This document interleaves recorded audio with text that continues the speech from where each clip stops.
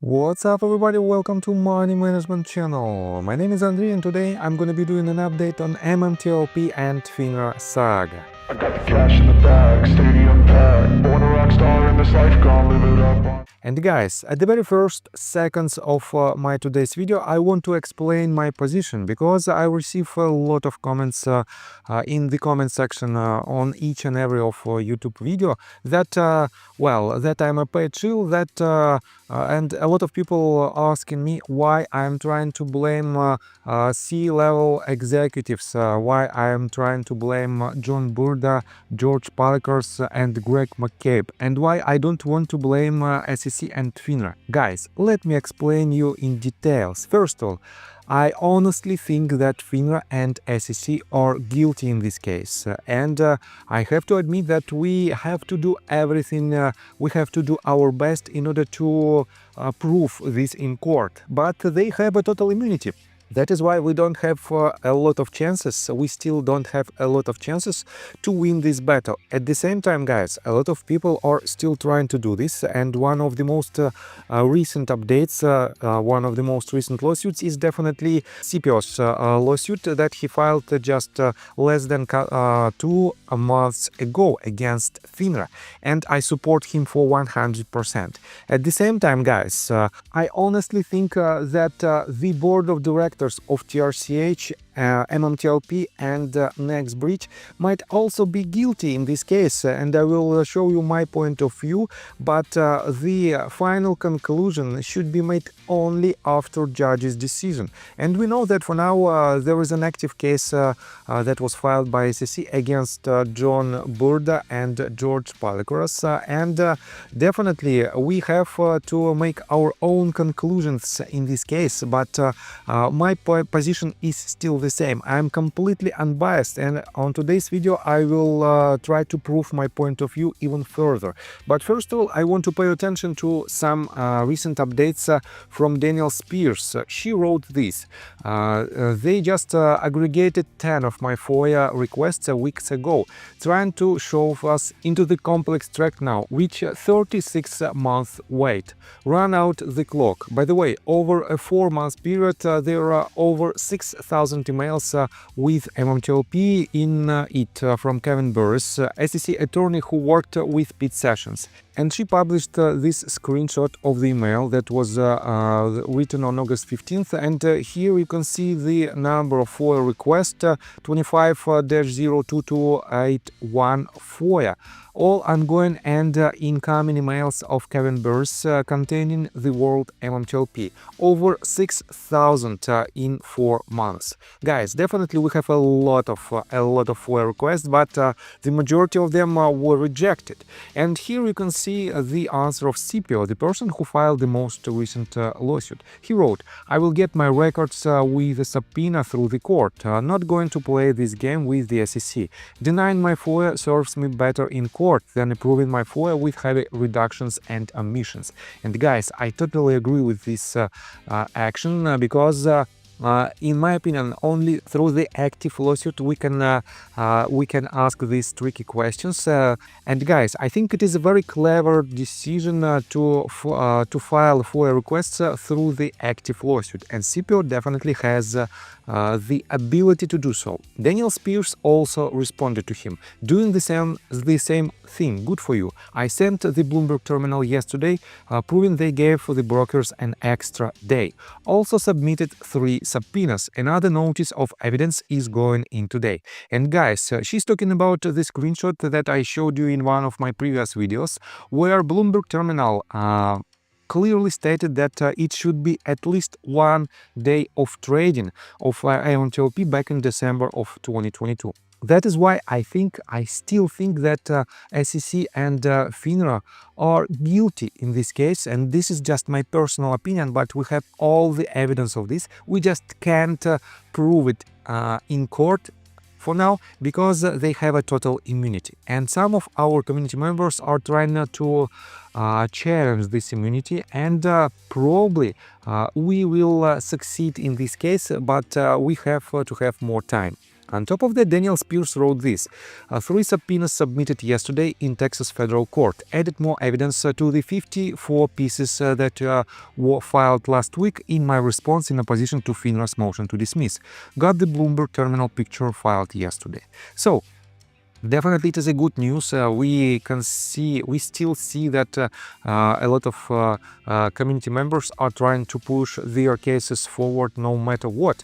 And let me show you the other side of our community, guys. In order not to be a so-called one-sided YouTuber, I want to show you the other side of the community. And to be honest, I partially agree with these questions, but some of these questions might easily be answered by Junk Savvy herself. Let me quote you this.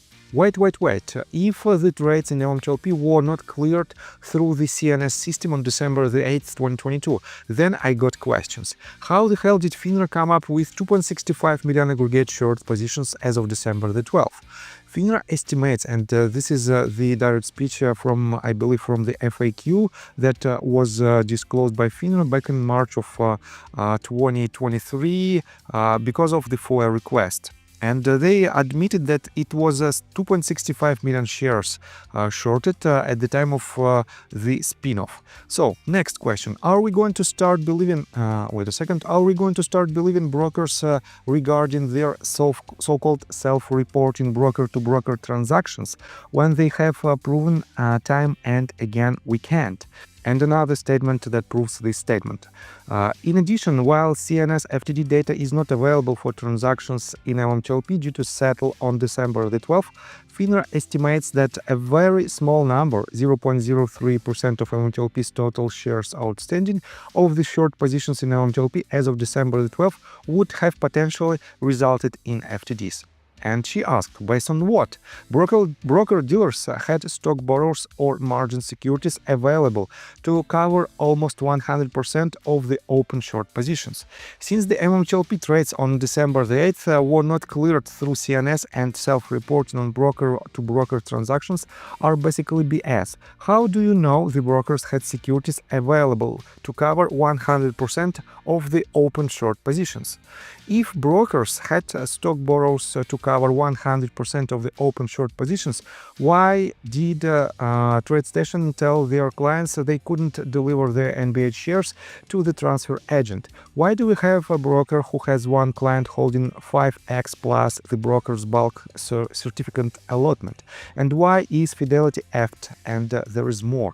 Guys, unfortunately, we have a lot of statements like that one client has 5x of the broker certificate allotment, but we don't have this evidence in paper. We don't have this evidence written in some kind of documents. That is why, in my opinion, Junk Savvy still cannot file any lawsuit against the wrongdoers, against broker-dealers, because with this information, she definitely can do it.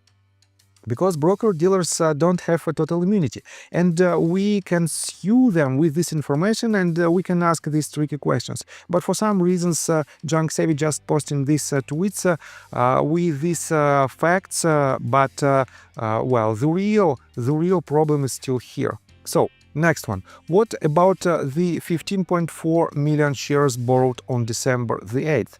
Are we just going to ignore those? Speaking of TradeStation, if the registration statement is declared effective by the SEC, TradeStation will fulfill its obligation to transfer the current list of clients who own NBH of record to AST. Would the systemic overreach of the SEC in the prolonged approval of NBH S1, 40 million shares to accredited investors, constitute their interference in the settlement and clearing of trades? How about property rights, violations of the APA? Or maybe tortious interference? And guys, I have to admit that these questions are very important and we have to see answers from the authorities. And this is the reason why I still think that FINRA and SEC are guilty in this case. But at the same time, guys, we have the other side, and I will show you this in a minute. But first of all, let me show you this. Here is the tweet that was reposted by John Burda and that was originally made by RareDD. Let me quote you this. In a high-speed pursuit, depending on the city, the police will allow the person to get away if they believe the pursuit is putting innocent people in harm's way. The SEC was proud to file charges accusing John Burda and George Palikras of creating a scheme to create a short squeeze related to the reverse merger between Torchlight and Metamaterials. But here is some of the things they leave out. Historical evidence appears to show that Torchlight was illegally manipulated. If this manipulation was addressed by the SEC, there would be no reason to seek alternative ways to retain shareholder value via the reverse merger and Series A. Everything related to the reverse merger was made transparent, approved by shareholders and made effective by the SEC. But the SEC had to know about the manipulation in Torchlight. So maybe the SEC knew about the circumstances surrounding how the options developing in Torchlight just about a week before the merger. Isn't this worthy of an investigation? Isn't it interesting that the SEC issued subpoenas in September 2021 related to the reverse merger, which we now know from the official charges that didn't come until 2024, were all about scheme to create a squeeze. And by pure coincidence, the Series A became tradable a month later as MMTLP, due party to the OCC memos that delayed settlement, seemingly predicted that it would become tradable. Doesn't the SEC share oversight of the OCC? More than 4 years later, there's been zero transparency as to how the options came to be. Very similar to the mystery of who used outdated company information to get MMTLP trading. How about John Burda and George Palikras being ignored when they complained about the Series A becoming tradable? What's fair and orderly about investors buying TRCH at $10 plus because holding through the merger was supposed to be the only to get the Series A, only to then see if selling for 10 cents or about $3 before leaving out to about $1.25 for more than a year.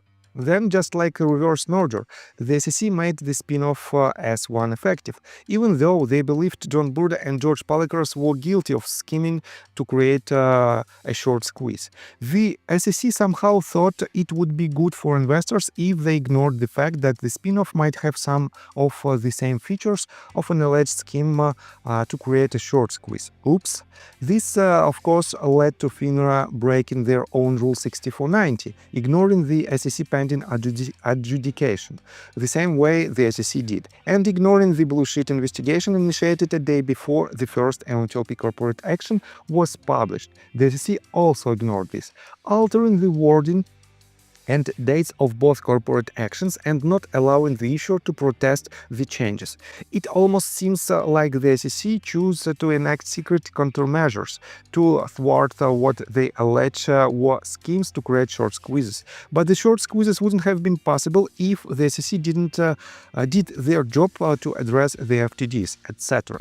So while investors of all types, those that might have invested for a squeeze, which is not illegal, and investors that had other reasons, the SEC seemingly treated them all as justifiable casualties and or conspirators, because shortly after the U3 halt, they filed charges against the Atlas 8 group for pumping multiple securities, including Torchlight. And they did nothing to facilitate orderly settlement, otherwise known as their job. There's so much more regarding the SEC's role in this. Add to this in the comments and include evidence if you have it. And guys, definitely it is very difficult to argue with this statement, and I totally agree with this statement. But at the same time, guys, let me remind you about the set of events that happened during the entire MMTLP, TRCH and MMAT saga. First of all, it was a TRCH and MMAT merger, where MMTLP was disclosed and was created as a placeholder. And this happened in 2021, in summer of 2021. Then MMTLP has become publicly traded. And this event happened in October of 2021. And this is one of the most, I would say, unclear parts of the entire story, because on someone's opinion this was made intentionally by the board of directors, but on another opinion it was made by the wrongdoers, and we have to find it out in court, So next one, short attack on MMTLP or potential pump and dump scheme. Again, some people might think that it happened because of the actions of the board of directors, and I will show you my thoughts about it within just a couple of minutes. Then it was a U3 halt 2 days before the anticipated date. And for now, this event happened because of the actions that were made. This U3 halt was implemented definitely by FINRA, and we still don't have a pure explanation why did it happen. And in my opinion, it was pretty much the first publicly disclosed action from FINRA that I think was made illegally. Next one, UL contract termination, and this happened because of the inactions of the board of directors. Then, right after it happened, we had a complete silence from the board of directors of NextBridge Hydrocarbons. And guys, to be honest, I honestly believe that Greg McCabe can easily make NBA shares tradable again. He don't need to spend much time, efforts, or even money to do so. But instead of this, he's trying to keep silent, and he's trying to, let's say, remunerate some people who might be involved in the potential pump and dump actions. And let me show you what I'm talking about. First of all, I want to pay attention to this tweet. It was the tweet that was written by John Burda on July 15th of 2022, and he wrote, NextBridge new management team will 100% be in charge of direction of the company. That means it could stay private, go public, down the road sell out completely, pay dividends as production allows, etc. All options on the table for new management. So, it is a very clear statement. Next tweet from John Burda that he made right after the U3 halt was implemented. Got a private message from a shareholder expressing our position as MMTLP and NBH shareholders. We all hold together 3.2 billion barrels of oil that the world desperately needs and 500 million shares of NBH authorized that the shorts desperately need. Think about that. And guys, you know that a lot of people right before the U3 halt was implemented told you that if you want to have a stop loss, if you invest in MMTLP, your stop loss will be 3.2 billion barrels of oil and some crazy amounts of gas. But here's a quite tricky part. For some reasons, the person whose Twitter account is Cplant, he also made a lot of statements about the oil and gas assets.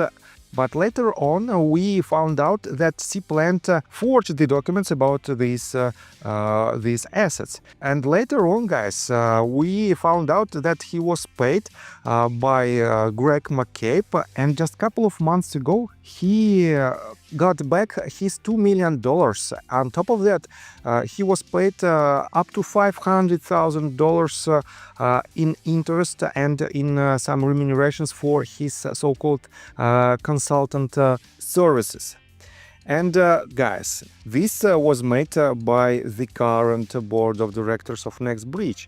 And just several days ago, we know that it was another quite shady operation. The most recent PR statement told us that we still have another dilutional process. The number of shares increased by 3 million shares. On top of that, it was made another loan for $6 million, and it was quite shady scheme that allegedly was made in order to hide the real names of investors. But for some opinions, it might be just an action in order to hide Greg McCabe's involvement in this story, because the CEO of the company who gave a loan to NextBridge Hydrocarbons is his own son, and on top of 3 million shares that he will give to his son, he will pay all the debts within 1.5, I believe, years with an 18% of interest. And guys, guess who will pay this interest? It will be paid from your money, and it will be another set of these shady loans and payments, and this type of people who tried to promote the short squeeze back in the days, they are receiving money, huge money with huge interest. And at the same time, guys, you don't have anything. On top of that, let me show you quite interesting tweet that was published by Jeff Davis on July 21st, 2023. And he wrote, Greg McCabe was recently deposed in case in Harris County, Texas, second deposition. He discussed that TRCH sometimes had no money, so he had to lend the money to drill wells. And here's the set of questions and answers. Okay, and following up on something you just said about Hudspeth. You said that $700,000 was paid by Hudspeth. Do you have first-hand knowledge of how the payments for Hudspeth benefit were made or what accounts those came from? Yes, it would vary depending on Hudspeth financial positions at the time. Either they paid the bill directly to Maverick, or I would pay it out of McCabe Petroleum on their behalf as a loan. This means, guys, we have more and more evidence that NextBridge didn't have any money in order to even fulfill their obligations to drill the wells. And we know that Greg McCabe didn't pay for these leases for several years, and definitely all of the board of directors knew about this. All of the member of board of directors knew about this, and that is why, guys, my personal opinion that we have to see more answers from the board of directors, and that is why I think we have two sides that potentially might be guilty in this story. Let me ask you just one question. Ask yourself honestly, if the stock trading hadn't been stopped and the short squeeze hadn't happened, would you sell your shares at a loss? If your answer is no, then who would you blame in this case? And if you know that you would sell your shares for 100% with the losses, there is no doubt that in this case you have to blame FINRA and SEC because of the U3 halt. And guys, if you're not sure that you made this action, if you're not sure that you would sell your shares, in this case, the only people who might be guilty in this so-called situation in another universe, it would be people from the board of directors. And that is why I am still thinking that we have to have a total justice. We cannot blame just FINRA or SEC. We have to find out who did what and what consequences these actions have. So I think that's all information that I want to provide you. If you like my video, please hit the like button and subscribe to my channel with notification bell. And see you guys and girls next time. Bye! I got the cash in the bag.